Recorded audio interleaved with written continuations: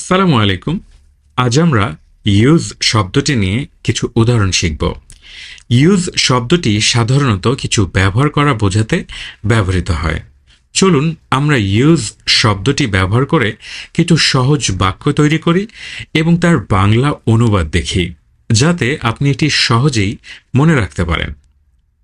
যেমন, I use a pen, আমি একটি পেন ব্যবহার করি।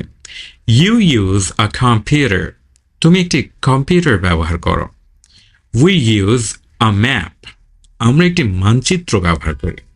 আই ইউজ মাই ফোন, আমি আমার ফোন ব্যবহার করি। আই ইউজ দিস টুল, আমি এই টুলটি ব্যবহার করি। উই ইউজ আ ডিকশনারি, আমরা একটি অভিধান ব্যবহার করি। I use my laptop every day, আমি প্রতিদিন আমার ল্যাপটপ ব্যবহার করি। ইউ ইউজ আ নোটবুক, তুমি একটি নোটবুক ব্যবহার করো। উই ইউজ দ্য ইন্টারনেট, আমরা ইন্টারনেট ব্যবহার করি। আই ইউজ মাই কিস, আমি আমার চাবি ব্যবহার করি। এইভাবে ইউজ শব্দটি ব্যবহার করে আপনি কিছু ব্যবহার করার কাজ সহজেই প্রকাশ করতে পারবেন। এগুলো মনে রেখে আপনি সহজেই ইংরেজি বাক্য গঠন করতে পারবেন এবং কনভারসেশনে আরও দক্ষ হয়ে উঠতে পারেন।